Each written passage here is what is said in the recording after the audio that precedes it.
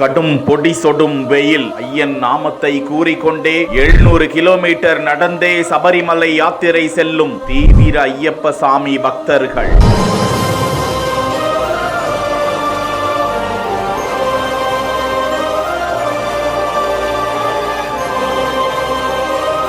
டிஜி Tamil vlogger என்கிற Insta பக்கத்தில் வெளியிடப்பட்டிருக்கும் இது குறித்த காணொளியில், என்ன இது, கர்நாடக மாநிலத்திலேயே ஐயப்ப பக்தர்கள் சாலை ஓரமாக இப்படி நடந்து கொண்டிருக்கிறார்களே என்ற ஆச்சரியத்தில் அந்த இளைஞர் அவர்களிடம் சென்று கேட்க, தாங்கள் வருடந்தோறும் இப்படித்தான் ஐயனை காண முழு யாத்திரை பயணம் சென்று கொண்டிருக்கிறோம். தற்போது கடந்த டிசம்பர் 22 யாத்திரையை தொடங்கி சுமார் 10 நாட்களுக்கு மேல் நடந்து ஜனவரி 11 அல்லது 12ஆம் தேதி சபரிமலையை அடைவோம் என கூறிக்கொண்டு கடந்த டிசம்பர் மாதம் அவர்கள் யாத்திரை சென்ற காட்சியை வலைதளத்தில் வெளியிட மீண்டும் வைரலாகி வருகிறது. அதனால் மெய் சிலிர்ப்படைந்த அந்த இளைஞர் அவர்களது பாதத்தை தொட்டு வணங்கி சிறிய அன்பளிப்பை கையில் கொடுத்து வழி அனுப்பி வைக்க இந்த காணொளி பக்தி பெருக்கை ஏற்படுத்தி வருகிறது. அவர்களது பக்தி குறித்து உங்களது கருத்துக்களை பதிவிடுங்கள்.